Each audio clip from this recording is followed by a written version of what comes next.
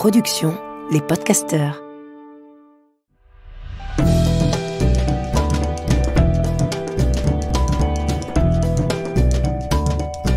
Histoire de mode. Histoire de mode. Histoire de mode. Histoire de mode. Histoire de mode.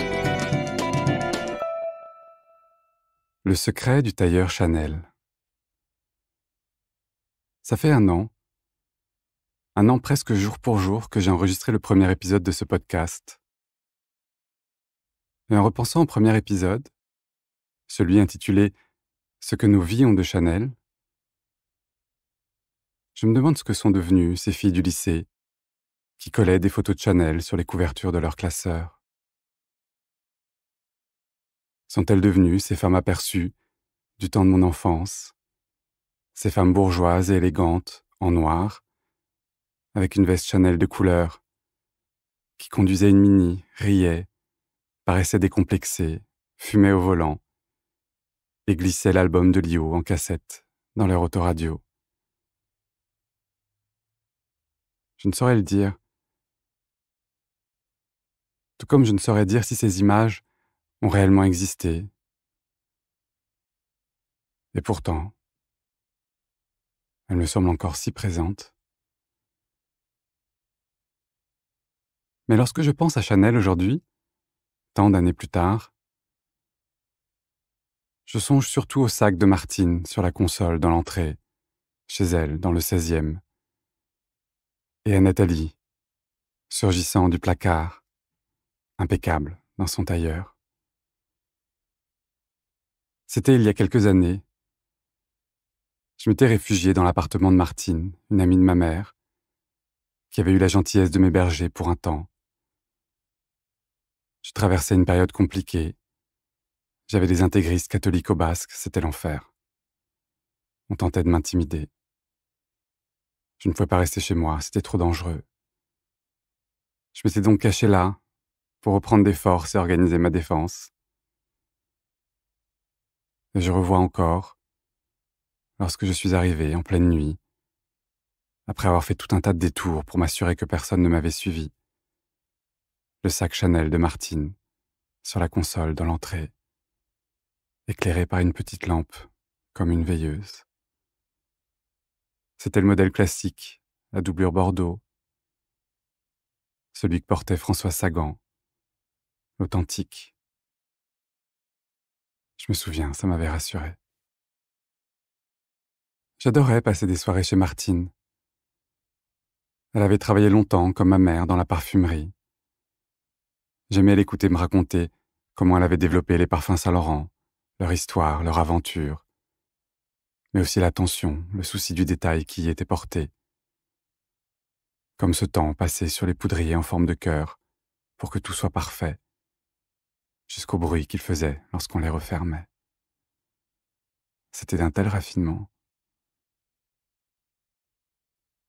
Mais je crois, outre les détails et les anecdotes, qu'elle faisait surtout revivre cette période libre et légère qu'avaient été les années 80. Cette époque où les femmes qui avaient acquis la liberté avec Chanel découvraient le pouvoir que leur offrait Saint-Laurent. Ces femmes qui pour beaucoup n'oublièrent jamais l'élégance de la générosité. Ces femmes qui adressaient des bouquets de roses blanches en remerciement, soutenaient des artistes, veillaient à ce que vous ne soyez jamais embarrassés parce qu'elles avaient acquis ce qu'elles avaient accompli. Ces femmes auprès desquelles j'avais grandi, dans le sillage de ma mère. Ces femmes, loin des caricatures bourgeoises, qui avaient conquis leur indépendance et aboli bien des frontières. Martine est partie en voyage quelques jours après mon arrivée. Elle me laissa les clés de son appartement, sans rien me demander. Je pouvais rester aussi longtemps que je le souhaitais. Et je la revois encore, jetant son sac Chanel sur l'épaule et partant, le pas léger, me disant salut, d'un signe de la main aussi désinvolte que confiant. Martine ne m'a jamais reparlé de cette période, m'apprenant que la véritable générosité est celle qui s'efface, comme un sac Chanel n'avait à l'origine pour objectif que sa finalité est d'être aussi discret que possible. Quelques jours après le départ de Martine, alors que je somnolais sur le lit dans la chambre d'amis, soudainement, du placard, a surgi une femme. J'ai bondi de frayeur. Elle a répondu: pas de panique, c'est Nathalie, Nathalie Georges, la voisine du 6e. Ne vous en faites pas, je ne fais que passer. Je fais une machine et je repars. Vous voulez un petit café? Le placard cachait la porte, qui menait à l'escalier de service. Nathalie avait une mise en pli impeccable, portait une veste Chanel, et était précédée d'une délicieuse odeur de fleurs. En 2 temps 3 mouvements, Nathalie lança sa machine, me prépara un café, remit un peu de vie dans la maison, me raconta son histoire. Elle avait été directrice artistique dans les arts de la table. C'était une femme élégante, de celles qui avaient fait carrière dans les années 70, 80. Une femme indépendante qui avait eu énormément de succès, jusqu'à ce qu'un revers de fortune, tel un ouragan, emporte tout. Elle s'est retrouvée du jour au lendemain sans rien. Par chance, Martine, l'amie chez qui je logeais, avec qui elle avait été au pensionnat, lui mit gracieusement à disposition les 2 petites chambres de bonne, non mitoyennes, qu'elle possédait au 6e étage. Nathalie dut se résoudre à habiter dans un espace plus petit que le tapis de son salon et de tout y faire tenir. Le revers de fortune était vertigineux et me glaça le sang. Mais Nathalie se tenait là, face à moi, dynamique et souriante, impeccable, agile, armée de son sens de l'essentiel. Elle avait eu vent de mes tracas et m'invita à dîner chez elle le lendemain. À l'heure dite, je suis monté au 6e par l'escalier de service, qui n'avait pas été repeint depuis la construction de l'immeuble sous Haussmann. Les fils électriques pendaient au mur, le couloir était éclairé par une ampoule nue, le parquet craquait. Il me semblait être dans un vieux film en noir et blanc, surtout lorsque j'ai vu un voisin de Nathalie sortir de sa chambre en bleu de travail, gitane maïs au bec et béret sur la tête. Il s'apprêtait à prendre son service de nuit, casse-croûte préparé par Nathalie sous le bras. Il m'a salué. Il n'a pas fermé sa porte à clé. Et au bout du couloir, Nathalie avait commencé à préparer le dîner.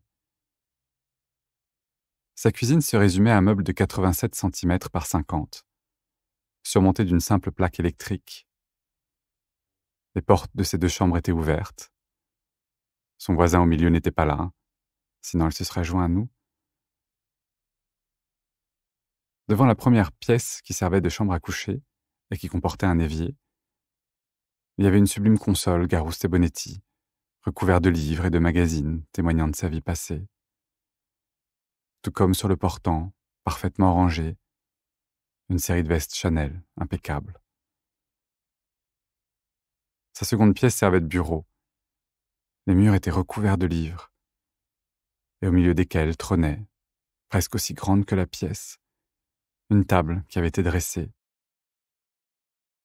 Les couverts étaient en argent, mais les assiettes en carton, car elle n'avait pas assez de place pour faire la vaisselle. La bouteille de vin rouge décantait. Nathalie nous préparait des œufs au plat, accompagnés de différentes salades et d'un peu de charcuterie. Les produits étaient simples mais excellents. Elle les achetait au marché, parce que ce n'était pas plus cher qu'au supermarché, mais bien meilleur. Et parce qu'il y avait tout ce temps à discuter avec les commerçants, que tout ce temps faisait partie de ce bonheur-là. Je ne sais plus de quoi on a parlé, mais je me souviens qu'elle avait réussi à m'extraire du présent qu'on m'imposait, en parlant de nos vies, sans s'attarder sur ce qui me préoccupait, parce qu'elle savait que je m'en sortirais. C'est comme si elle m'avait permis de redevenir celui que j'étais. Celui que j'étais avant qu'on m'attribue un rôle, et que je me retrouve à devoir prendre les armes. À la fin du repas, Nathalie s'est allumé un cigare, s'est tournée vers la lucarne, à travers laquelle on voyait la tour Eiffel scintiller, et m'a dit: « On n'est pas bien, là ?» Le chat s'est faufilé entre ses jambes. Sa chaîne hi-fi de luxe diffusait de la musique classique. Effectivement, c'est vrai. Je me sentais merveilleusement bien. Et j'ai repensé à cette nuit sur les toits avec Antoine. Je me souviens, c'était à une fête où on était allé après les défilés. C'était chez un styliste de mode, je crois. Il nous avait proposé de passer boire un verre pour son anniversaire. Il habitait un grand studio, au dernier étage, dans le 7e. Il y avait beaucoup de monde. On a bu des gin tonic bien frais, c'était bon. On a discuté avec quelques personnes avant d'arriver à la conclusion, dans un fou rire irrépressible, qu'on ne comprenait rien à ce qu'il nous racontait. On a attrapé nos affaires et on a filé à l'anglaise. C'est là qu'on a vu, au bout du couloir, la lucarne et l'échelle à côté. On est monté sur le toit, tels des bandits. Le zinc était encore chaud. L'espace n'était pas grand. On s'est adossé contre une petite cheminée. Antoine n'a pas osé me dire qu'il avait un vertige terrible, que le vide l'aspirait et qu'il lui était très difficile de lutter, qu'il en perdait sa respiration. Il me dira par la suite: c'est pour ça que je me suis allongé sur toi, que j'ai posé ma tête sur tes genoux. C'était pour ne pas voir le bord, pour ne voir que le ciel constellé d'étoiles et toi, et le reflet de la tour Eiffel dans tes yeux. Je me souviens, tu avais fini par remonter un peu les jambes pour rapprocher ma tête contre ton ventre. Tu m'avais caressé les cheveux en me regardant. J'avais soulevé ton t-shirt pour poser ma joue contre ta peau, être là, au creux de toi. Et j'avais fermé les yeux. Je me sentais au chaud, à l'abri, en dehors de tout. Et j'ai oublié mon vertige. J'ai réalisé qu'aucun vertige n'était insurmontable. Le lendemain de ce dîner chez Nathalie, je suis rentré chez moi, armé de courage et de détermination, porté par ce temps dans cet appartement dans le 16e, où flottaient encore les parfums de mon adolescence. La bataille dura plusieurs mois, mais je l'ai remportée.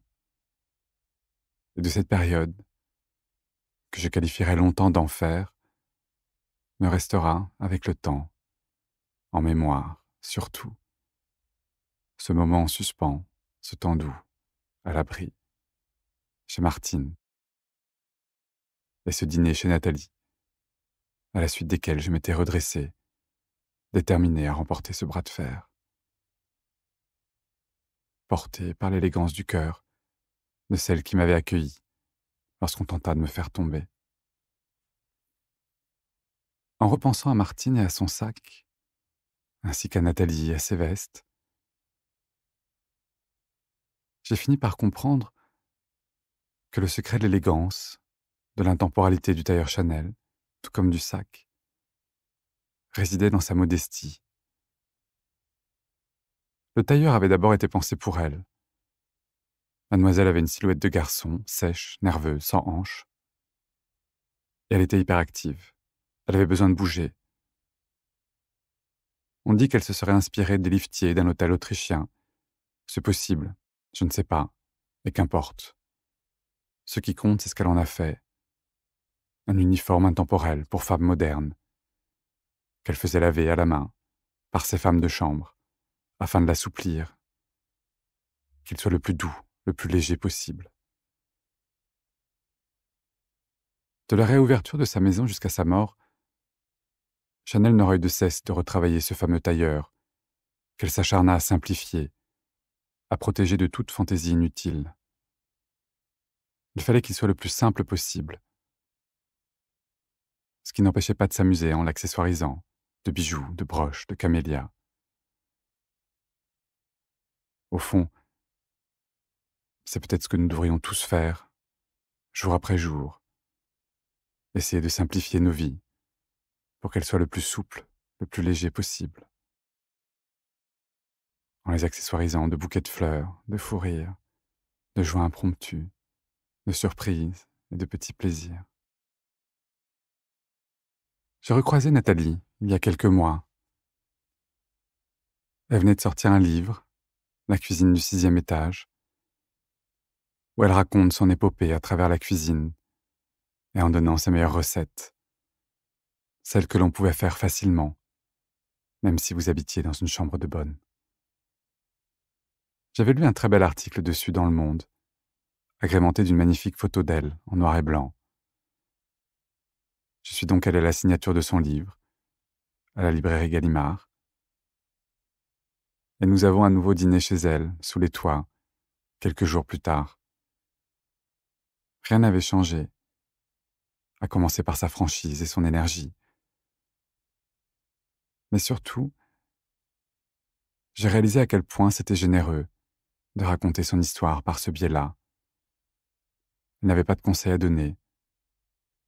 Elle montrait seulement à quel point c'était simple pour que la vie soit délicieuse.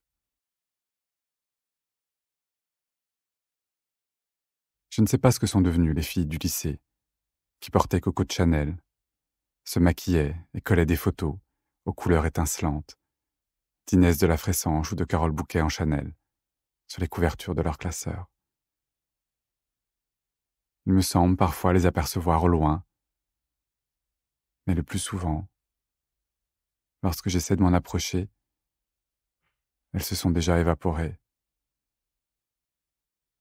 Et bien qu'elles appartiennent à une vie révolue, à un temps très ancien pour moi, elles semblent, parfois, toujours là.